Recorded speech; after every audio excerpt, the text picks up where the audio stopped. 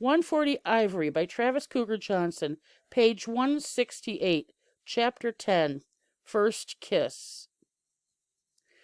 Her name was Darlene, and she was the sweetest, most beautiful girl I had ever seen. Soft, shining blonde hair, blue eyes, a stunning 10-year-old figure, and surprisingly helpful with my homework.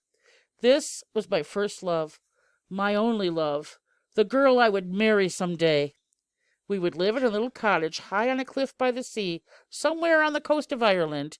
Each night, returning from a hard day's ride, herding Irish chickens. Yes, when I was 10, I wanted to move to Ireland and raise chickens. Keeping a close eye out for the fiendish Irish Indians, I would ride my stallion into the barn, where she would be waiting for me with open arms.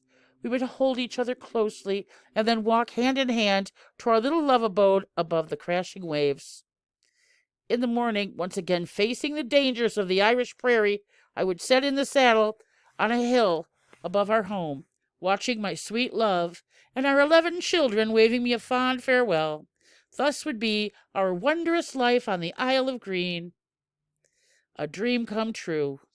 A loving wife, caring children, faithful stallion, and chicken branding are all a man could ever ask for.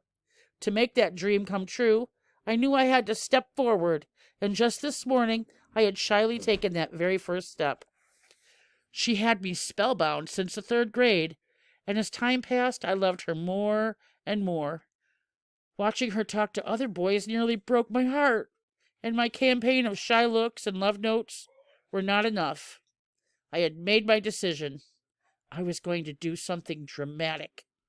I tried to be as suave as could be, like Humphrey Bogart. I had seen a movie where he had coolly lit 2 cigarettes at once, then offered one of them to a beautiful German spy. The woman was so taken by this small gesture, she immediately fell in love with Bogey and joined the French resistance. The French never trusted her, and for that matter, neither did Bogey. But I trusted my sweet Darlene, and if Bogey could do it, so could I. I had studied the movie intently. I knew every move to make, and I made them.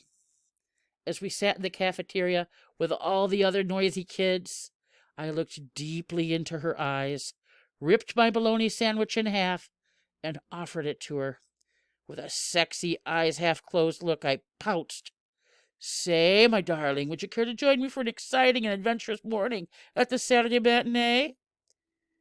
Carefully avoiding the drooping sandwich, she answered, "Sure, I guess so.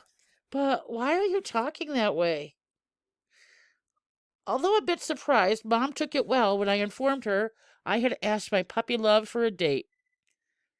Holding back a grin that threatened to blossom like a sunflower, she asked, "So you're going to the movies, are you?" I quickly answered, "I asked her to go see the Sunday morning movie tomorrow, and she said yes." Mom put her hands on her hips and questioned, "And just how are you going to pay for this little rendezvous?"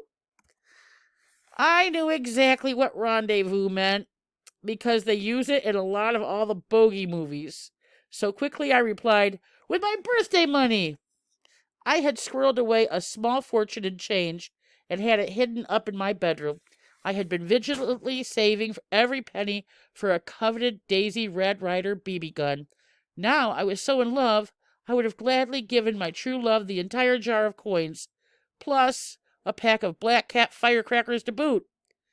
"Well, I think we can squeeze a little matinee money out of the budget," Mom answered. I breathed a great sigh of relief, knowing I still had the chance to get my coveted BB gun. I would need it when Darlene and I got married and moved to Ireland.